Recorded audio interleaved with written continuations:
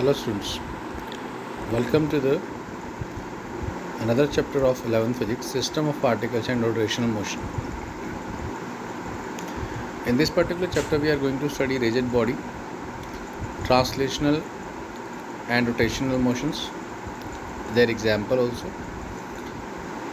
A rigid body rotation about y-axis and along z-axis also. We will also discuss center of mass particle system and n number of particle system. Vector notation of center of mass for rigid body, motion of center of mass, example for motion of center of mass independent of internal forces, linear momentum, vector and cross product, angular velocity and relation with linear velocity, that is v is equal to omega r, torque, angular momentum, relation between torque and angular momentum for system of particles, and conservation of angular momentum. We are going to study all these things in this particular chapter. So first we should understand what is a rigid body.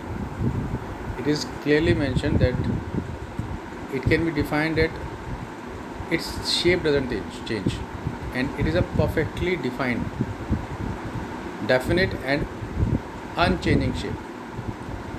It means the rigid body has a particular definite shape and its shape never changes. The difference between all pairs of particles of such a body do not change. Now types of motion of a rigid body can have pure translational. Example, we have motion of a block on an inclined plane, like you can see on the figure also. There is one block and if you just allow this block to slide down, it is pure translational motion. It means it is not rotating at all. Clear? Now if we talk about kinetic energy at every point in this motion, then it remains same. Now another example is a parabolic path. You can see there is one body is has moved from one point to another and it is following parabolic path. In this example, the body is restricted to move only with translation. All particles of the body have the same velocity at any instant of time. The direction of velocities of the various particles will be parallel, tangential to the trajectory at any instant. Now we talk about translational plus rotation, in which the body gain both type of motion. For example, a cylinder is rolling down. Clear? As you can see right now, it will roll down. We have shown different points here and we will find that they are following the translational motion as well as rotational motion if it is rotating. So it is written the velocities of different particles p1 to p4 at same instant are different depending on their location in the body. The velocity at p4 is 0. Velocity of any particle coming in contact with the surface of the inclined plane is momentarily 0 if the body is rolling without slipping. Clear? This body is not sleeping, remember one thing. Translational as well as rotation of a waves as a projectile. We can see now E. This is actually translational as well as rotational motion. In this example, the body is moving translational as well as rotation. The particle of the body have different velocities at any given instant of time. Now we talk about rotation. In rotation of a rigid body about a fixed axis, every particle of the body moves in a circle which lies in a plane perpendicular to the axis and has its center on the axis. Like this, fan is rotating. So this is known as rotation. Again you can see this is the rotation which is along the axis of rotation. Clear? Now you can see in both situations all particles move in a circular path only which lies in a plane perpendicular to the axis and has its center on the axis also. Now we talk about another example. This fan is revolving. A table fan rotating about its axis perpendicular to the screen. Now if you move towards next, you can see this. A spinning rotating about its fixed axis, vertical axis now. Now same, you can see that it is also port rotating about its vertical axis. So you have seen this. Now a rigid body rotation about y-axis. You can see this is the body which is rotating about y-axis like this. So the particle describes circular motion with the plane of the circle lies in xz plane perpendicular to y-axis. A rigid body rotation about z-axis. You can see that this is the body which is rotating about z-axis. You can see the axis of rotation also along with it. Now precision. In precision of a rigid body about a fixed point, the axis of rotation itself rotates about another axis passing through the fixed point. You can see that this is now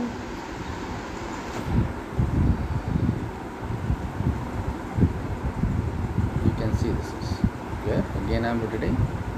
Now this is fixed. Now it is written that in precision of a rigid body about a fixed point, the axis of rotation itself rotates about another axis passing through that fixed point. Like you can see this. And now you can see this also. Clear? So this is precision. Now move to the next point.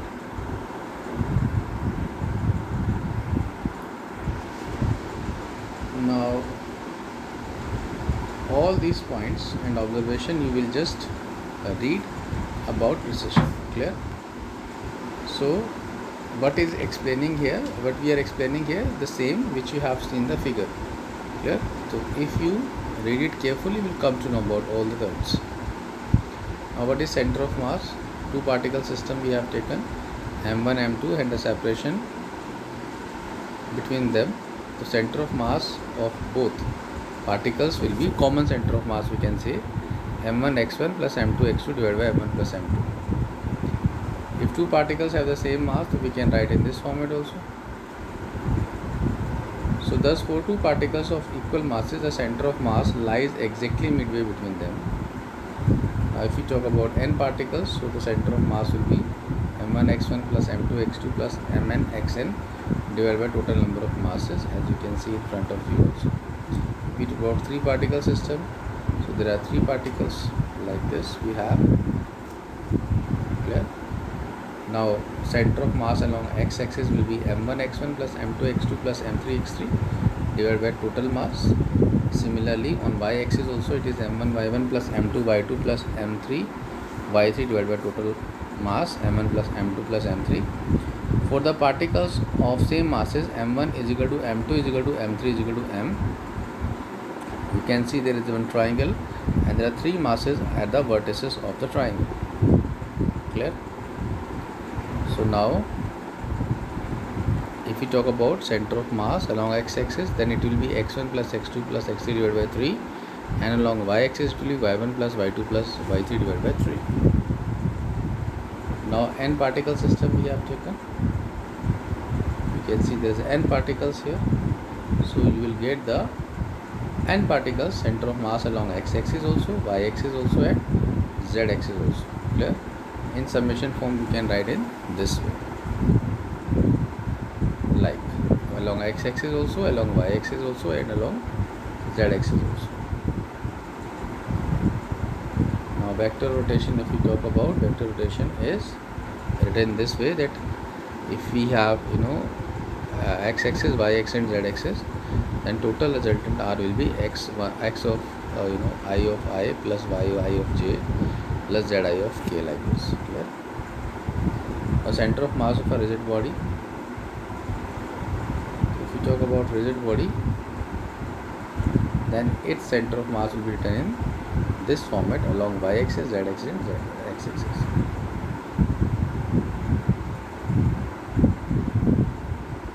Now this is a coordinate. If n is made bigger and bigger and each delta mi is smaller and smaller, this expression becomes exact. Clear? So it is written in that format, that is total center of mass will be 1 upon m integration of x dx. For x-axis, y-axis, and for z-axis the same lies same. Now if we talk about thin rod, actually this is not in our syllabus, so we don't consider this derivation also. Right now, earlier it was. Now this as a disk, we have seen that there is one disk and we can see the top face of the same. So it is the center of mass CM is right lying here. Clear? And if we talk about center of mass of the rod, clear? So it is written the same symmetry argument will apply to homogeneous rings, disks, spheres, or even thick rods of circular or rectangular cross section. Clear? Now if we talk about motion of center of mass, so motion of center of mass has this formula, that is total mass into velocity is equal to m1 v1 plus m2 v2 plus up to mn vn.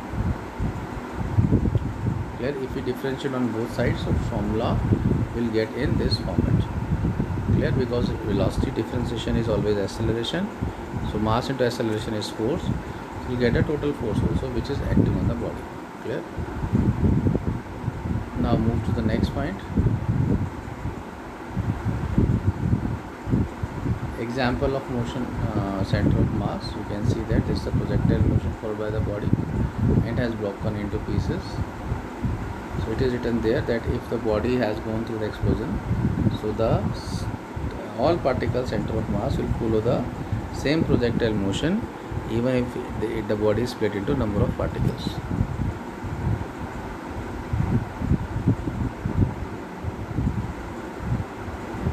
Now we move to the next part. So momentum, we are getting the value of momentum here. Cross product and vector product, this is a kind of revision we have already done in vector and all you aware of the formula, so please again revise them.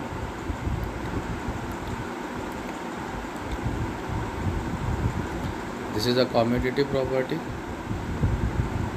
that is A cross B is equal to minus of B cross A. Now this is a relation between angular velocity and linear velocity. So if we go through it, then we get the relation between them. This derivation we have already done in vector chapter. This is the kind of revision we are getting. Angular acceleration we all know. Now this is the expression of torque, which we have already done in the derivation form. So you have to just revise along with it. Students, this ends the part of this center of mass and rotation motion. Please revise it again and again. This is the same thing which we have done in our chapters. Thank you so much.